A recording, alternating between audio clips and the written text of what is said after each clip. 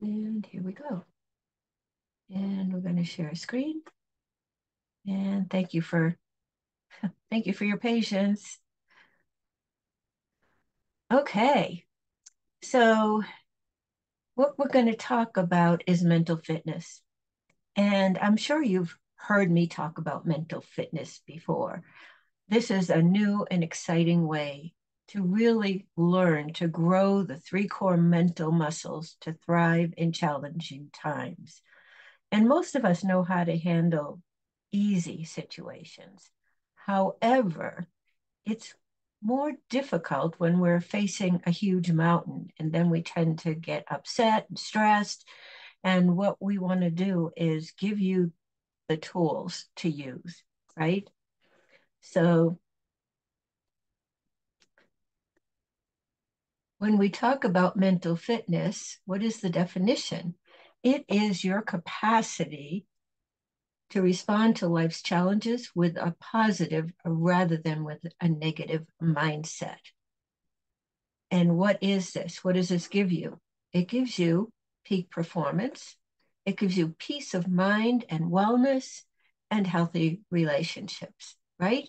If we react, we're not really using our mind and our brain to its maximum benefit. So let's talk about this in a different way. We'll talk about the research, okay? Our mental fitness program is based on breakthroughs in the four branches of science in the past 10 years. The original research by Shirzad Chamine, which he's the one that wrote the book on positive intelligence, that, oh, by the way, has been translated into 20 different languages so far.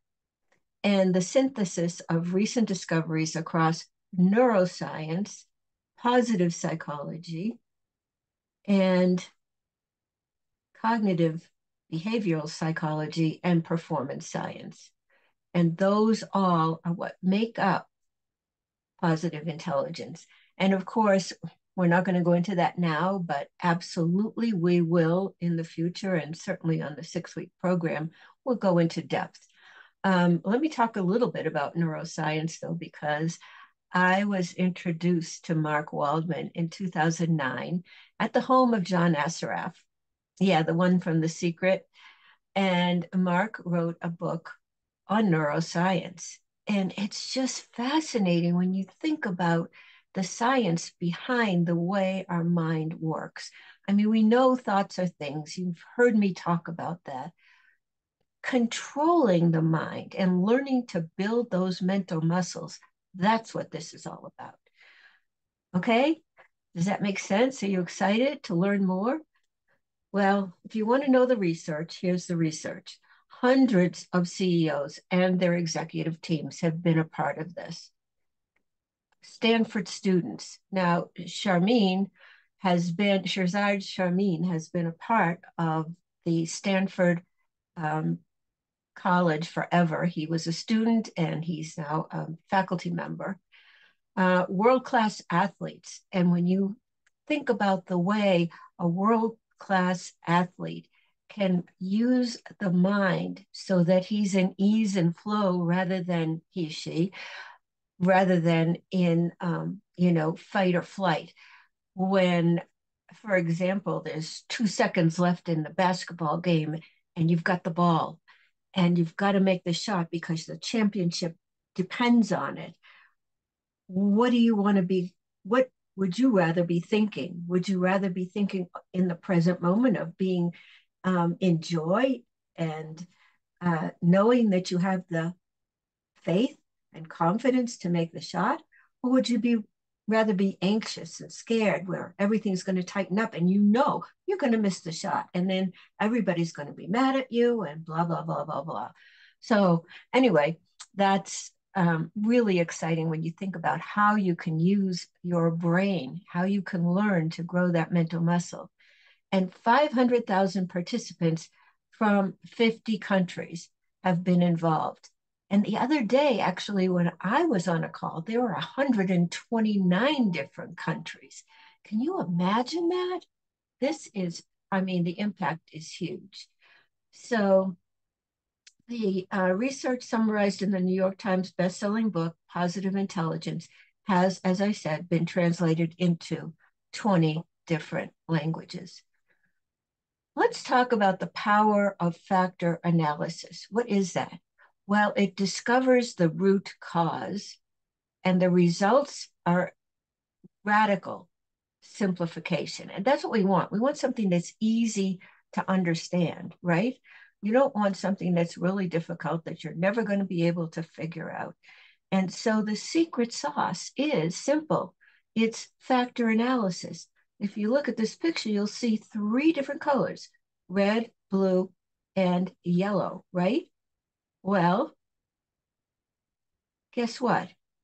At the root of thousands of colors are only three: red, blue, and yellow. Now, I'm not an artist, but I do know if I mix blue and yellow, I'm going to get green. And you probably know a lot more of the ways you can use these colors. But when you think about it, that's what we want you to get. There's only three things you have to remember. Okay? It's really simple. There's three core muscles at the root of mental fitness: the saboteur interceptor, the sage, and the self-command. And again, these are things we'll go into later. I'm just introducing them to you now, okay? So don't get upset if you don't get it all right now. It's just really the beginning of something amazing. We just want you to recognize and pay attention so that, when you start hearing something going, oh, oh my gosh, I don't know what that means. Don't worry about it. We're going to show you, okay? So you took the test. I assume you took the test. um, and here's what we've got here. We've got the 10 saboteurs, okay? We've got, what are the saboteurs? Okay, we've got the avoider. We've got the controller, the hyperachiever, the hyper-rational, the hyper-vigilant, the master of them all, the judge, the pleaser, restless, stickler, and the victim. Okay? And the sage powers is actually your Jedi, your inner Jedi, your sage, the Einstein brain. These are your saboteur brains, the saboteurs that are causing you to think you're not good enough, you're not smart enough. Gosh darn it, nobody likes me. And that would be, if you want to equate it to Star Wars, think of Darth Vader. He was the bad, bad, bad person, right? And the Jedi was the sage, taking control and being able to think. So those are the ones that we're going to talk about. So the judge is the master of them all. He is the inner critic. And here's what most people know. You're used to the inner critic. You're used to, hearing the voice within that, like I said, says you're not good enough, or what are you thinking? You'll never make it. But in reality, there are three parts to the judge. There's the inner critic, there is the one that judges others, and then there's the one that judges the circumstance or the situation. And we'll say something like, oh, well, you can be happy when, or you'll be satisfied when, okay? So that's what we want to really get to know. And this is something that we're going to talk about a lot. So some of you, like I said, have already completed the assessment, and it allows you to see that there is an architecture to this whole positive intelligence, that there is structure, there is a method, and there is science, okay? So the first three that we're going to talk about are the controller, the hyperachiever, and restless, okay? I'm restless, or I want to be accepted, so I'm going to do my very best. And then there's the controller. I need to control everything. And then there's the stickler. Okay. You got to do it exactly right. The pleaser that, oh, I don't want to step on anybody's toes. And, I've got to do everything perfectly. And then the avoider, the victim, and the hyper-rationale. So don't worry about this right now. We're definitely going to go over your results. We'll go over your results when we have our one-on-one meeting, okay? And we can talk more about it. So in this case, we'll take James. And James, when he took the assessment, his top saboteurs were the controller, the avoider, and the hyper vigilant. And so for now, we're just going to focus on those top three. Whatever your top three are, that's what we're going to talk about when you and I talk together, okay? So let's go on to this. So the saboteur lives in the part of the brain called the limbic system or the brain stem. And it sits in the left part of your brain. And there are actually 2 chapters in the book, but really you don't have to worry about that. What we'll talk about is what happens when they get activated and how they produce a different emotion, okay? The sage lives in the prefrontal cortex, and that's where the empathy circuitry lives, and it's in the right part of the brain. Does that make sense? Okay, so next we're going to, so the saboteur motivates you through negative emotions. What are those? Think about it. Fear, stress, anger, guilt, shame, insecurity.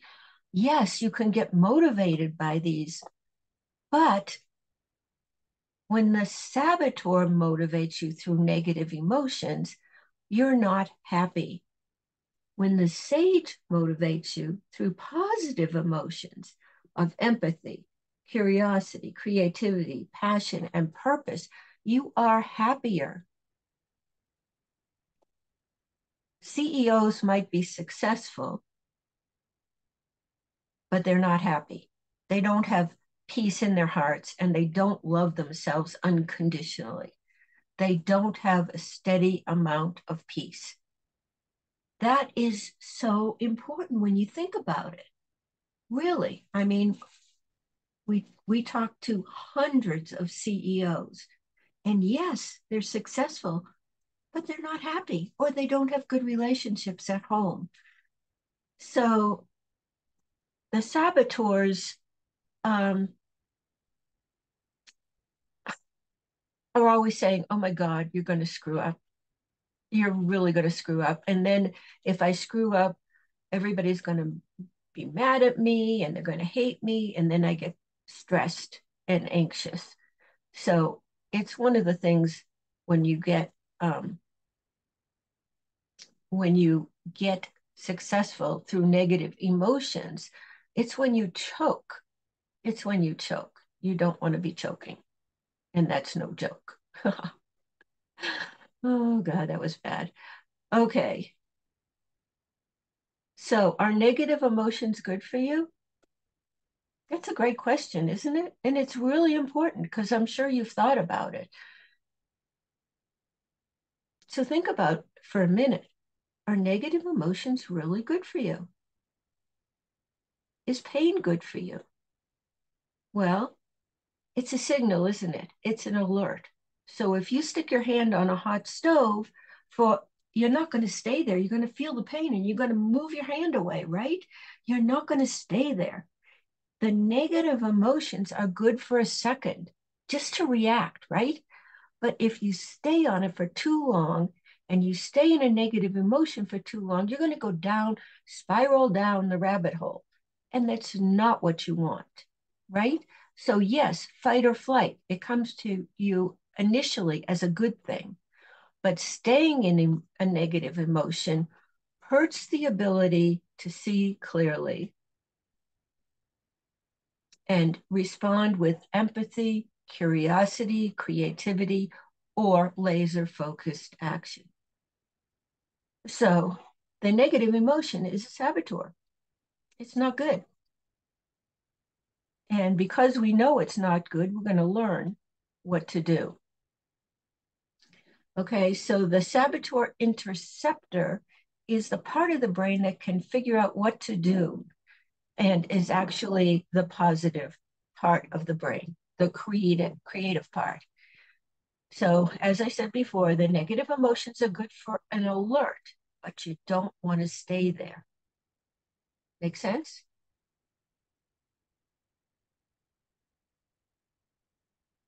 The sage. The sage lives in the region of the brain associated with what? Positive emotion, peace and calm, ease and flow, clear-headed focus, creativity, and the big picture. Now, I know you and I have talked about the ability to hover, like kind of like a helicopter, to be able to move up, because hindsight is 2020. What you want to be able to do is you want to be able to be in the present moment and to use your sage powers. Does that make sense? I know you're going to tell me it does, right? So the stallion story. Have you ever heard of the stallion story?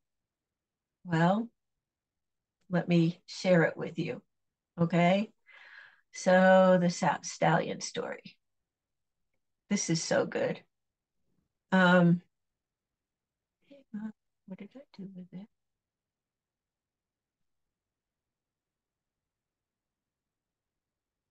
I guess it's over here. Okay, hang on one second. I am going to bring you the stallion story. Okay.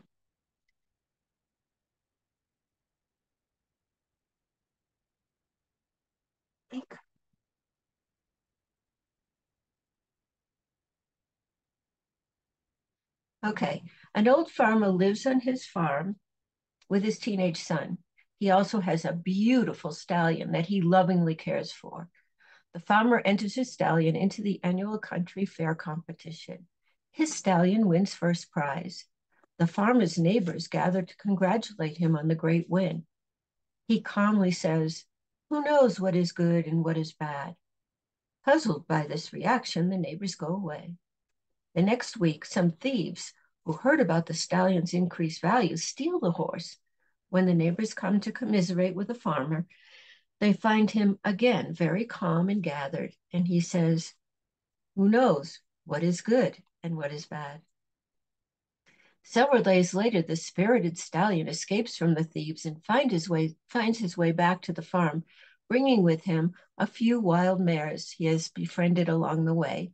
To his neighbors' excited rounds of congratulations, the old farmer once again says, "Who knows what is good and what is bad?" A few weeks later, the farmer's son is thrown off one of the new mares as he's trying to break it in, and his left leg is fractured. As the neighbors gather to commiserate with the old farmer, he once again reminds them, "Who knows what is good and what is bad?" The following week, the Imperial Army marches through the village, conscripting all eligible young men for war that has just broken out. The old farmer's son is spared due to his fractured leg. The neighbors no longer bother to come to the old farmer to congratulate him. By now, they know his response. They know what he will say. Who knows what is good and what is bad? Who knows? So there is a profound message in this story, right? Contagion of stress and upset. This is bad and wastes mental energy. So, which perspective is true? This is bad or this is good? This is a gift. You know what the answer is? Whichever one you think. Whichever one you believe becomes true.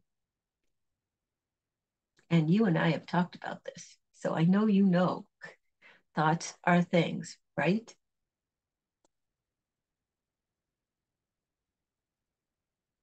I talk about the self-fulfilling prophecy of doom, like Job. And I'm not a Bible person, but I love this one where Job says, "Oh, the thing that I feared the most has come to pass."